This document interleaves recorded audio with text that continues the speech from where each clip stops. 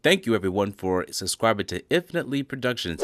If you have not done so, please click the bell and subscribe, and we hope you enjoy our content.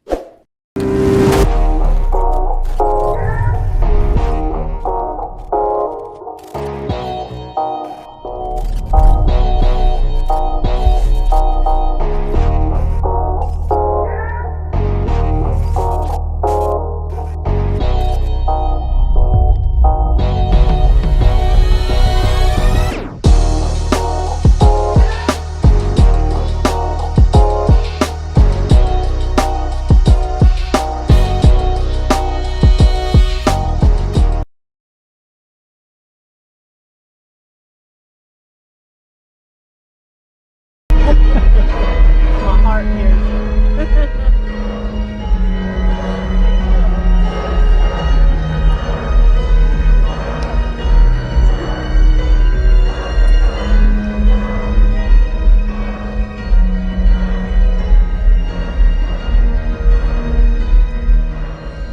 And then there was Pete the Killer, who was Sally Balls' brother.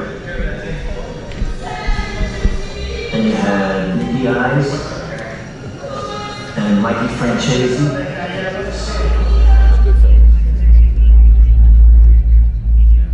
MichaelFranzese was not just a soldier, but a capo in the notorious Colombo crime family. He spent the better part of a decade in federal prison on charges including tax fraud, racketeering, and parole violation. I grew up in New York where there were 5 organized crime families. My dad, Sonny Franzese, was the underboss of the Colombo family back in the 1960s. I went to see my dad in Leavenworth in the visiting room, and I said, "Dad, I'm not going to school anymore." And he said, "Okay, son, but if you're going to be on the street, then I want you on the street the right way."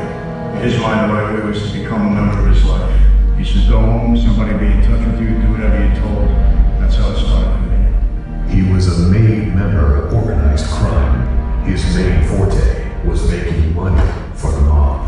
In a very short period of time, he made over $1 billion for the Colombo organized crime family. Yeah, by far the most lucrative business I got involved in was the wholesale gasoline business. And in a nutshell, we devised a way to collect the taxes, not pay the government the taxes. And I was there to be in business, to make money, real money. Life magazine called him the mob's young genius. The government calls it one of the biggest money earners in the history of organized crime. Handsome and highly young man, as rich as royalty, and royalty is a prince of the Mafia. Made millions, lived a flashy life, until he noticed he got done. Did you fix any games in college? Absolutely.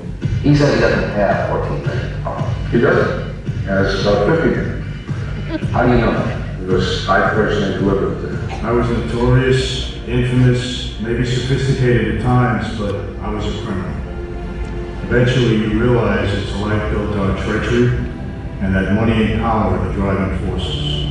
And I began to question the life and my commitment to the life at that time. Making the most money for the mob since Al Capone, Michael was the youngest person listed on Fortune magazine's 50 most wealthy and powerful mob bosses. Now, as one of the only guys from that list still alive, Michael has transitioned from powerful mob boss to now speaking in front of thousands of people each week.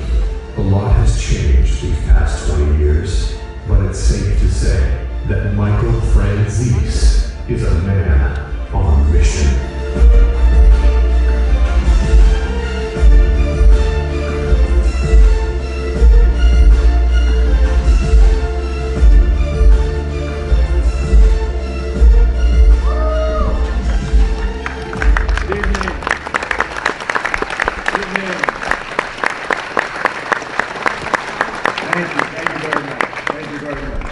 You know, I got to tell you, it's always special when I come back east. I live out in California now. A little bit different out there, I can tell you that. But whenever I come here, New York, New Jersey, you know, Pennsylvania, it's always like I'm back home. And I met some of you out there. Thank you very much, you know, for the warm welcome. I appreciate it very much. Now let me tell you what we're going to do tonight. I'm going to speak to you for about an hour. maybe a little bit less than that. Then we're going to open it up for questions.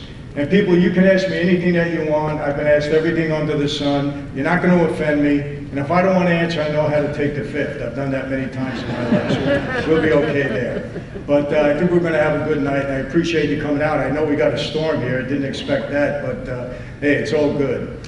And you know, I want to make this clear right up front. When I talk about my past life, I don't glorify it in any way. I'm not here to do that tonight. But I also have to tell you that I have very fond feelings about a lot of things that I did in that life, a lot of the guys that I knew. When I walked away from that life, I didn't walk away because I was mad at anybody, because the life didn't treat me right. It was none of that. I'll get into the reasons why. But I just want you to understand that, you know, and I will say this right up front, and I mean this and I want to get it straight. I call it a bad lifestyle. And I'm not calling the guys bad. I was one of them. I just happen to be very fortunate, very blessed. But the life is bad because I don't know of any family, of any member of that life that hasn't been totally devastated, including my own. Now, not my wife and kids. Praise God, I've been able to spare them of that. But mother, father, brothers and sisters, I'll get into that a little bit.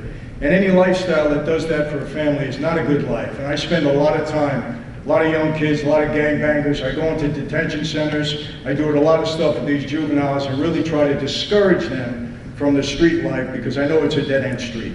So I wanted to bring that up right up front and make that very, very clear. Not here to glorify it, neither am I here to knock anybody, because I had a lot of friends in that life, and there was a lot of things about the life that I enjoyed and that I missed, and we can get into that a little bit. But let me tell you how I started speaking. People ask me all the time, Michael, how did this happen? What a career transformation. Well, if you would have said to me 25 years ago I would be speaking to anybody about anything, I would have said you're crazy. Never expected that. But here's how it happened. I was finishing up a 10-year prison sentence in Lompoc Federal Prison. I had pled guilty to racketeering, got a 10-year sentence, $15 million restitution, $5 million in forfeitures, boom. I go off to do my time. I did 5 years. I got out on parole. I was on parole for 13 months out in LA. I had left the life. People were upset at me. And I really had a tough time in LA. It was the worst 13 months of my life, like a fish out of water, trying to reorganize and rebuild myself.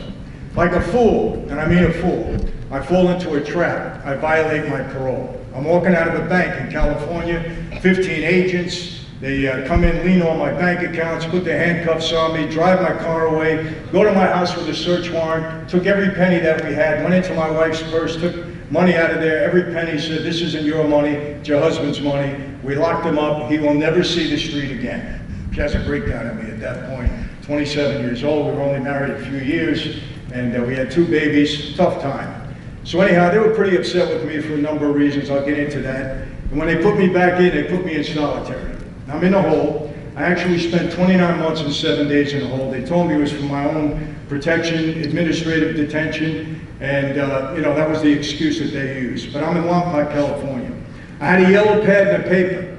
Every single day, I wrote the warden. Warden, let me out of here. This is Lompoc. I can make it on this yard. I don't have any enemies. Let me out. I was very effective. It took me 29 months and 7 days before he finally responded to me. He sends a correctional officer down to the cell. Never seen the warden. They don't come down there. And he says, Franzese, the warden wants to see you. I say, hey, great, right? Finally. So I go up to his office, and I'll never forget. As I'm approaching his office, I see him, and he looks at me. He walks over to his file cabinet. He opens it up, and there's all my letters. He was obligated to keep them, right, by the BOP. So he says to me, Franzese, you're wearing me out with these letters every single day. I say, Warden, I got a lot of time on my hands. I figure I'll write you, right? What am I going to do? So he says to me, I'll tell you what, I'm going to let you out of here. He said, if you thought you were going to get hurt, you wouldn't ask to go out. You don't look stupid to me. I said, thank you. He said, you're not going to escape. You got 6 months to go. I said, Warden, I lost 15 pounds. I got a young, pretty wife. Let me get in the yard, do some, work here, and get myself in shape before I go home. He says, okay, fine. He said, but here's the deal. You're going to have to sign a waiver. Anything happens to you on the yard, you're not going to sue the Bureau of Prisons. I said, give me anything, I'll sign it.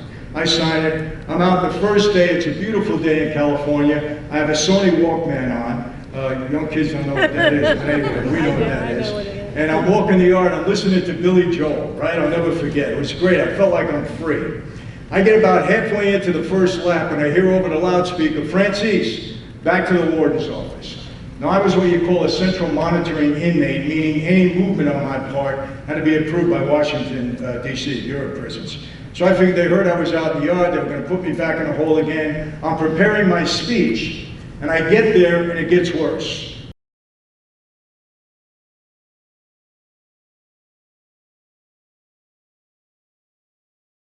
Thank you for watching this video. Please subscribe to our channel and check out more of our content. Feel free to give your feedback and suggestions on what we should do next in the comments. This is Infinite Lee Productions. We love ya.